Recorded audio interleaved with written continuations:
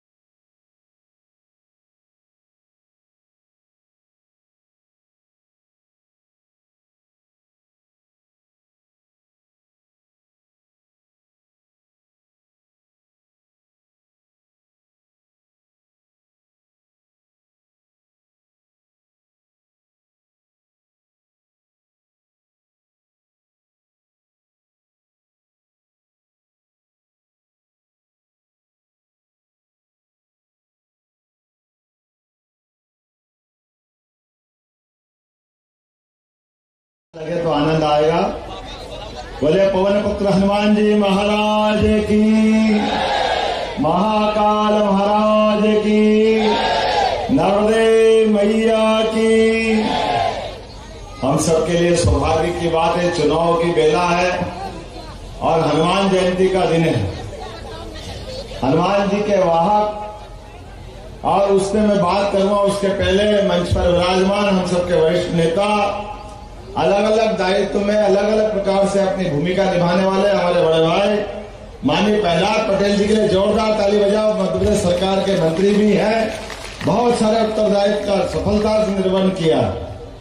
इस मंच पर ही विराजमान हमारे वरिष्ठ नेता, राज्यसभा के माननीय सांसद और स्वतंत्रता सेनानी संघ के भी पदाधिकारी हैं मीसाबंदी में। कैलाश भैया सोनी जी के लिए जोरदार ताली बजाओ। कैलाश सोनी जी। विश्वनाथ सिंह जी, जोरदार तालियां माननीय विधायक तेंदुखेड़ा के लिए। इस अवसर पर हमारे अपने मेरे अभिन्न मित्र हमारे विधायक भी रहे माननीय जालन सिंह जी, जोरदार अभिनंदन जालन सिंह पटेल जी का। जिला पहले विधायक महेंद्र नागेश जी, महेंद्र जी का भी अभिनंदन, जोरदार ताली बजाओ महेंद्र जी के लिए। वोट डल गए। जिला अध्यक्ष अभिलाष मिश्रा जी, आपका वंदन है, अभिनंदन है अभिलाष जी। श्रीमती ज्योति नीलेश काकोड़िया, जिला पंचायत अध्यक्ष, बहन के लिए अभिनंदन है। हरि प्रताप बम्मार जी, सह प्रभारी लोकसभा, आप ताली बजाते हो, मैं नाम पढ़ता जाऊंगा। सुनील कोठारी जी, अभिजीत महाजन जी, नीरज दुबे जी, कुमारी प्रतिज्ञा परिहार जनपद अध्यक्ष, हमारी बेटी के लिए जोरदार तालियां। और आप अपने लिए, पूरे मंच के लिए, मंच में बैठे सभी समस्त अतिथिगण, आप सबको भी प्रणाम करता हूं।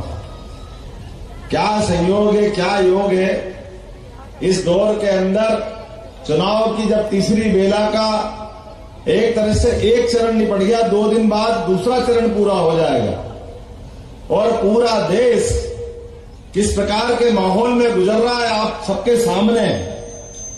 मैं 2-4 बातें करके अपनी बात करूंगा क्योंकि माननीय नड्डा जी रीवा और सतना में हमारे साथ जुड़ने वाले हैं। लेकिन ये जो चुनाव है, चुनाव की इस बेला में थोड़े विस्तार से अगर बात नहीं करेंगे तो आनंद नहीं आएगा। हम हनुमान जी को याद करें, पवन पुत्र का दिन है आज। आप कल्पना करो, हनुमान जी को अलग कर दो तो हनुमान जी के बिना रामायण पूरी होती है क्या? राम जी के बिना हनुमान जी की कल्पना कर सकते हैं क्या? लेकिन हमारे लिए ये बच्चे बच्चे को मालूम है, राम जी, हनुमान जी, लक्ष्मण जी, माता सीता जी। आपको मालूम है कि कुछ लोग ऐसे जो ये कहते हैं कि राम जी थे ही नहीं। जब राम जी नहीं मानेंगे तो हनुमान जी को कैसे मानेंगे? और कैसे मोटी चमड़ी वाले, कितने बेशरम है। डंके की चोट, कोर्ट कचहरी में फैसले के खिलाफ हाई कोर्ट में फैसला हुआ, कांग्रेस के लोग उसको सुप्रीम कोर्ट तक ले गए। अरे अयोध्या में सरयू माता के किनारे भगवान राम पैदा नहीं हुए, अगर सबको मालूम है लेकिन नहीं मालूम है तो कांग्रेस वालों को नहीं मालूम है कि वहां राम पैदा नहीं हुए। कैसी दुर्भाग्य की बात है। करोड़ों करोड़ लोगों की आस्था के केंद्र वो प्रभु श्री राम, जिसने जीवन में अपने प्रत्येक घटनाक्रम से एक के बाद एक कैसे कैसे निर्णय लेकर के ये मानवता को धन्य किया। माता के आशीर्वाद से आप मान के चलो कोई आशीर्वाद में वनवास लेगा क्या? लेकिन वनवास पिताजी ने वचन दिया था, तो कहां तो सिंहासन और कहां छोड़ के वन में चल दिए। और ये हमारी संस्कृति को गौरवान्वित करने वाली माता सीता माता, जिसने नंगे पैर कभी जमीन पे पैर नहीं रखा, लेकिन सहर्ष उनको तो कोई वनवास नहीं मिला था। लेकिन ये सारी नारी शक्ति को प्रणाम है, सीता माता के माध्यम से आपको भी प्रणाम करता हूं। ये हमारी गौरवशाली संस्कृति। पति ने कदम बढ़ाया कठिनाई के माहौल में तो पीछे पीछे पत्नी तैयार हो गई। और ये जालम सिंह जी और प्रहलाद भैया, आप भैयाओं को भी प्रणाम करता हूं। लखनलाल भी चले पीछे पीछे। क्या हमारा ये संस्कृति है? ये उदात्त संस्कृति कहीं मिलती है तो अपने यहां मिलती है, जिसके माध्यम से 17 लाख साल हो गए भगवान को पैदा हुए। लेकिन 17 लाख साल बाद भी आज लगता है कि कल ही पैदा हुआ तो भगवान राम को। घर घर में हम सबको राम जी के कल्पना करते हैं, काश राम जी का समय आ जाए, राम राज्य आ जाए। और भगवान राम के साथ हनुमान जी का संबंध तो आज के समय में ज्यादा प्रासंगिक होगा, क्योंकि कई सारे नालायक जिनकी बुद्धि कमजोर है वो ये प्रश्न उठाते हैं। कैसे कैसे प्रश्न उठाते हैं? अब बताओ, राम जी ने राज्य लिया, हनुमान जी को क्या मिला? और हनुमान जी ने सिद्ध कर दिया इस बात को। जब राम राज्य स्थापित हो रहा था, राम दरबार में सबको कुछ मिला, हमको बोलने की जरूरत नहीं। मोती की माला सीता माता ने दी है हनुमान जी को, और हनुमान जी ने वो मोती की माला नष्ट करके संदेश क्या दिया कि मैं कुछ कर रहा हूं तो उसके लिए पाने के लिए नहीं कर रहा हूं। यह हमारा समाज की विशेषता है। राम काज करने के बिना उनको आराम नहीं, और यह हमारे जीवन का धर्म है। ऐसे में एक परम योगी हमारे बीच में भी यशस्वी प्रधानमंत्री है। जोरदार ताली बजाओ नरेंद्र मोदी जी के लिए, जो पक्के हनुमान भक्त है। हनुमान जी ने कोई परिवार नहीं बसाया, लेकिन मैं हनुमान जी से तुलना भी नहीं कर रहा हूं। लेकिन कई लोग ऐसे हैं जो अपने जीवन में संकल्प धारण करते हैं कि हमारा जीवन समाज के लिए रहेगा। कोई साधु बनता, कोई सन्यासी बनता, कोई संघ के प्रचारक बनते हैं, वो पूरा जीवन अपने संघ कार्य के साथ राष्ट्र कार्य को ले देते हैं। लेकिन जो नहीं समझते नालायक लोग, वो क्या कहते हैं, इन्हें परिवार नहीं बसाया, इनका कहां परिवार है? अरे डंके की चोट कहते पूरा देश बोल पड़ा कि हाँ हमारा मोदी परिवार है। बोला कि नहीं बोला? पूरा देश मोदी परिवार। हनुमान जी का परिवार देखो, पूरा देश हनुमान परिवार। हमारी संस्कृति से जुड़ करके जो हमको आदर्श मिलते हैं उसको कैसे छोड़ सकते हैं? लेकिन बड़े दुर्भाग्य के साथ कहना पड़ रहा है, और तो और अब नए नए विषय खड़े कर रहे हैं। कैसे? घोषणा पत्र कांग्रेस ने घोषित किया, और उस घोषणा पत्र में लिखा है कि घोषणा पत्र के माध्यम से कि कई लोग ऐसे हैं जिनके पास ज्यादा धन है, तो उनसे धन लेकर के जो वंचित लोग हैं उनको दे देंगे। और वंचित लोग की परिक्रमा क्या करती कांग्रेस, बताता हूं आपको।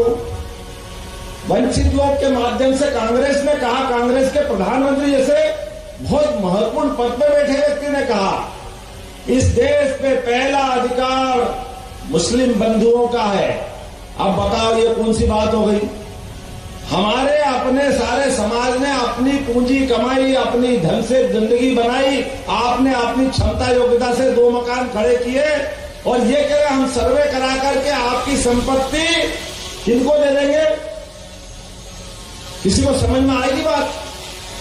अरे ये कौन सी दुनिया है? वोट के खातिर आप क्या करोगे? आप जरा कल्पना तो कर लो कितना बड़ा पाप कर रहे हो आप। मैं आपके माध्यम से बोलना चाहता हूं, कांग्रेस के लोगों को माफी मांगना चाहिए। ये भाव हमारी भारत में नहीं चल सकता है। इस प्रकार की व्यवस्था की कोई अनुमति नहीं दे सकते।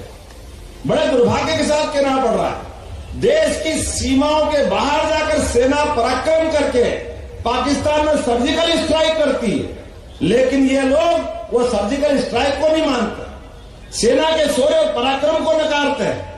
कहां मारा, कहां बम फोड़ा, कौन मरा कि नहीं मरा, हमने तो देखा ही नहीं। अब इनको दिखाने ले जाए, इतनी फुर्सत है इनको?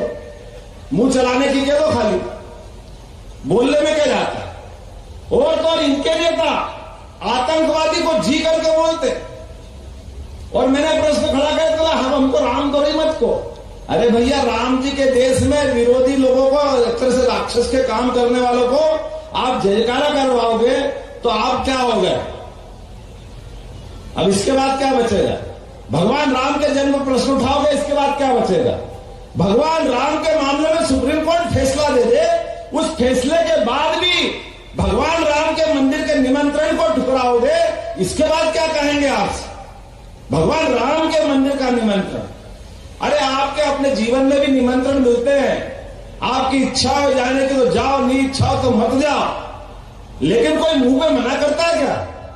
हम तुम्हारा निमंत्रण ठुकराते हैं, ये तो दुश्मन देश भी नहीं करेंगे। लेकिन करने वाले कौन है? ये कांग्रेस ही करने वाले। जनता जवाब देगी, और यहां बैठी है, कर लो तुमको जो करना है, एक एक काम।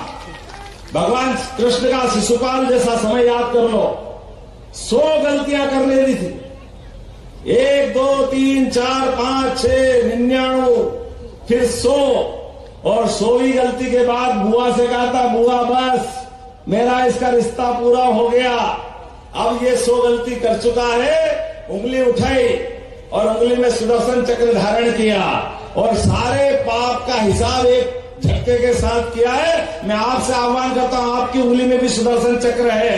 इनने जो गलतियां करना कर ले, आप आने वाले 26 तारीख को अपनी उंगली का ऊपर सुदर्शन चक्र धारण करोगे और कांग्रेस का सर्वनाश करोगे। ये मैं आपसे अपील करना चाहता हूं। हम में से कोई इस बात को बर्दाश्त नहीं करेगा कि हमारी सनातन संस्कृति से जो दूर करेगा उसको हम बर्दाश्त करेंगे। बोलो तैयार है कि नहीं? तो अपने स्थान पे खड़े हो जाओ, बांध लो मुट्ठी और जोर से बोलो जय जय श्री राम, भारत माता की। भाई दर्शन चौधरी जी माननीय प्रधानमंत्री नरेंद्र मोदी को तीसरी बार सरकार बनाने के लिए निकले हैं और हम इनके माध्यम से मोदी जी की सरकार बनाना चाहते हैं, जो भारत को दिव्य भव्य और भारत को दुनिया का नंबर 1 देश बनाना चाहते हैं। ऐसे में उनकी सरकार बनाने के लिए हर एक व्यक्ति एक एक वोट जो जिसके आसपास का है और वो अपनी उंगली के ऊपर ताकत का एहसास करते हुए इतने वोट डलवाए कि मशीन के अंदर से लग जाए कि कमल के अलावा कुछ निकल ही नहीं रहा है, केवल कमल निकले। बोलो सब तैयार है? तो मेरे साथ बोलो जय जय श्री राम, जय जय श्री राम, भारत माता की। बहुत बहुत धन्यवाद। भारत माता की जय।